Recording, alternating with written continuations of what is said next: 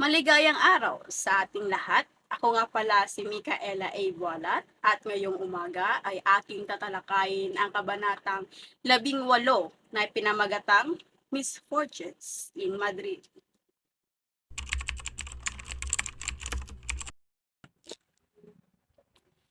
Early in August 1890, Rizal arrived in Madrid. He tried all legal means to seek justice for his family and the Calamba tenants, but to no avail. Disappointment after disappointment piled on him until the cross he bore seems insuperable to carry. He almost fought two duels, one with Antonio Luna and the other with Wenceslao A. Retana.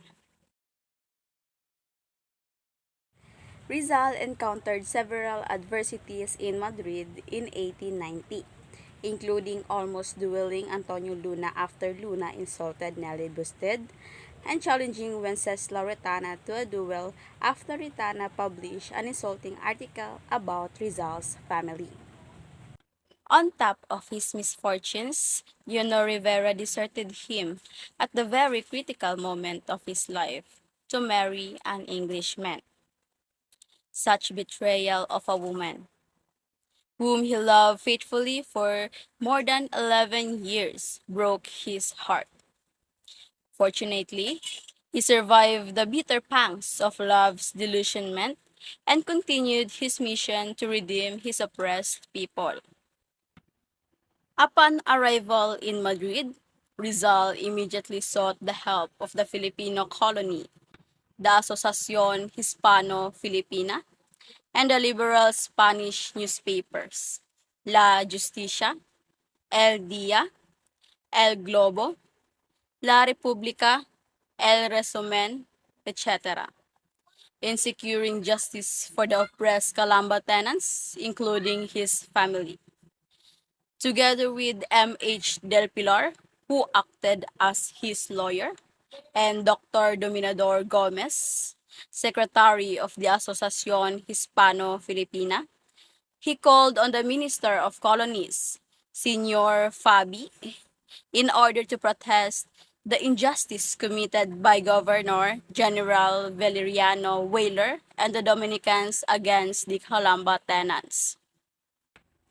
Nothing came out of Rizal's interview with Minister Fabi, as El Resumen, a Madrid newspaper which sympathized with the Filipino cause, said, "Cover the ears, open the purse, and fold the arms. This is the Spanish colonial policy."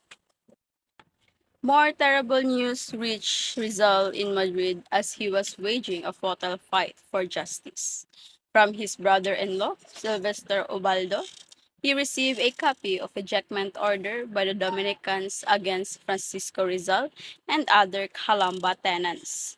From his sister Saturnina, he learned of the deportation of Pasiano Rizal, Antonio Lopez, Sylvester Obaldo, Teong Mateo Elohorde, and Dandoy, Dr. Rizal's relative, to Mindoro.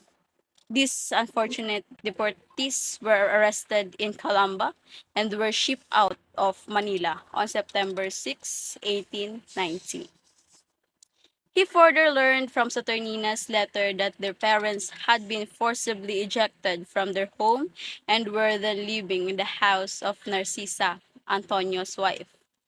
In his desperation, Rizal sought the aid of the liberal Spanish statesmen, who were former members of the ministry, such as Becerra, Maura, etc. Again, he was disappointed, for these statesmen merely gave him honeyed words of sympathy and nothing else. Blumentritt, in late marriage, hearing of his friend's plight, urged him to see Queen Regent Maria Cristina, then ruler of Spanish during the minority of Alfonso XIII. But how could he see Her Majesty? He had neither powerful friends to bring him to the Queen's presence, nor gold to grease the palms of influential courtiers. Barely had Rizal settled down in Madrid when he experienced another disappointment. This was a doleful news that his friend Jose Mapanganiban, his talented co-worker in the propaganda movement, died in Barcelona on August 19, 1890, after a hearing illness. He deeply mourned the passing of this Bicol hero. With a sorrowing heart, Rizal took up his pen and wrote a great eulogy to Panganiban as follows. Panganiban, that excellent companion of labor and difficulty, that amiable friend and countryman beloved, has just described to the tomb at the early age of 27 years.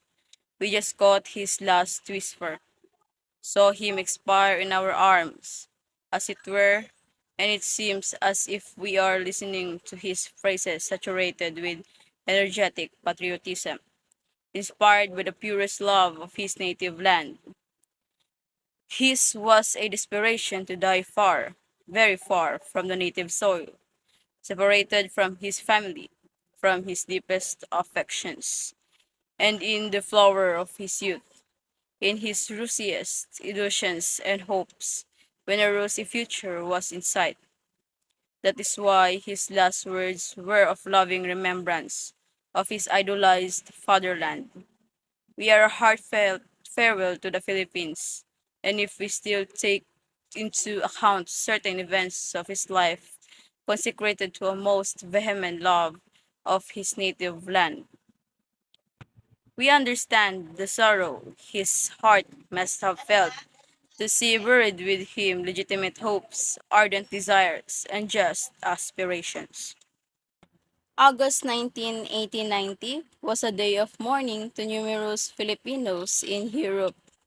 And what a fatal coincidence! On the same month and day of the year just past, we had to deplore the death of another friend and countryman, Feliciano Gonzalez Timbang. A sad fate. Panganiban endowed with uncommon talent, with privileged intelligence, and with indefatigable industry, was one of the sacred, legitimate hopes of his unfortunate country. That head has been buried in the dust. That vigorous intelligence has been prematurely ended. Filipinas, how unfortunate thou art.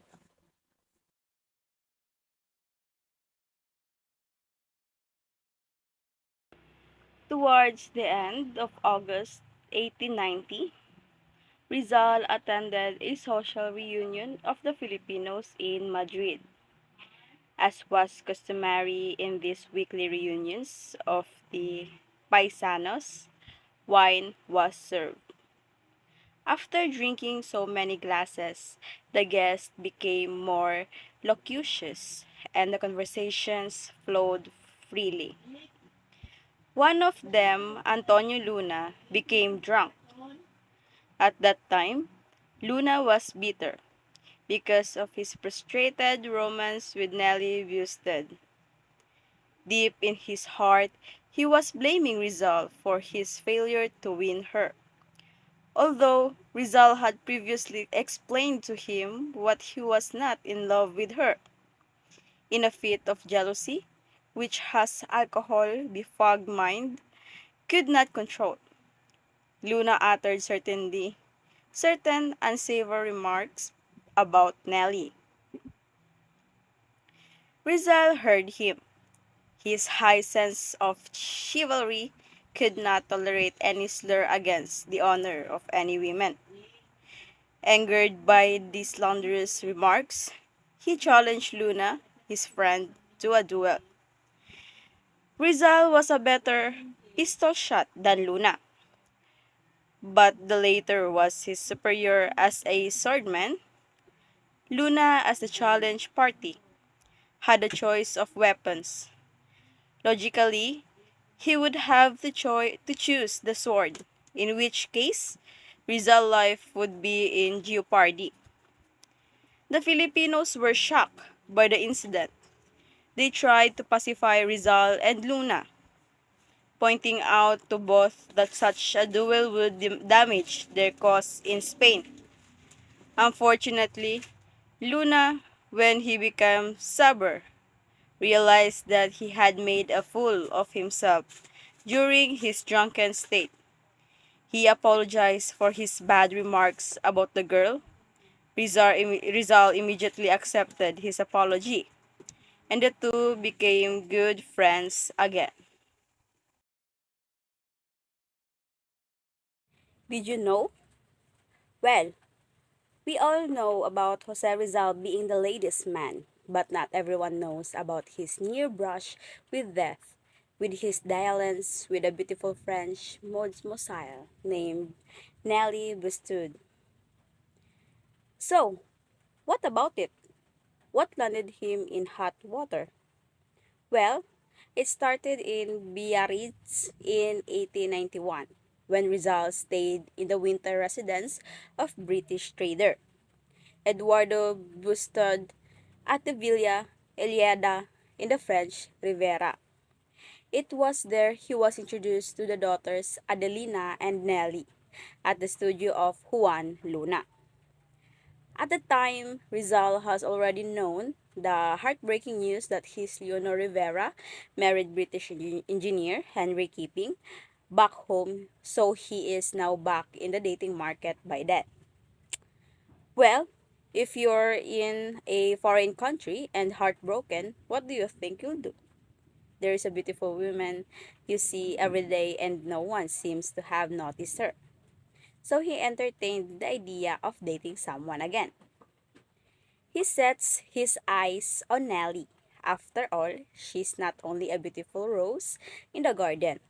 Nellie is also highly educated, athletic, cheerful, and morally upright. Rizal intimidated to his friends and good old pal Ferdinand Blumentritt about his affection for Nellie and his plans of marrying her. One of his compatriots, Thomas Arejola, approved Rizal's plans.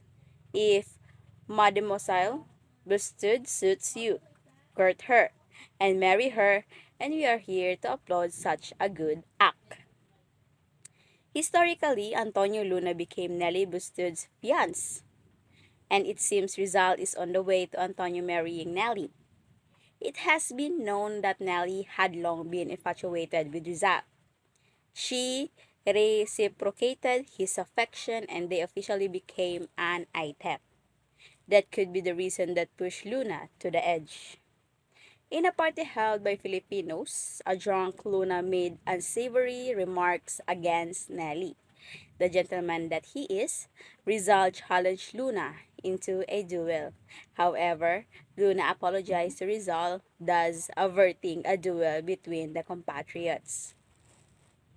We all know that the Lunas have anger and temper issues that will ultimately catch up with them later in life. Juan killed his wife and mother-in-law in a jealous rage while Antonio was bludgeoned to death by his soldiers during the Filipino-American War after he slapped a soldier accused of cowardice. In our historical timeline, Luna apologized to Rizal and averted a duel between the compatriots. Although the marriage between the two never happened, Rizal enjoyed his stay in Biarritz, and he eventually finished the last part of his second novel. So that's all. And that would be all. Thank you very much for listening.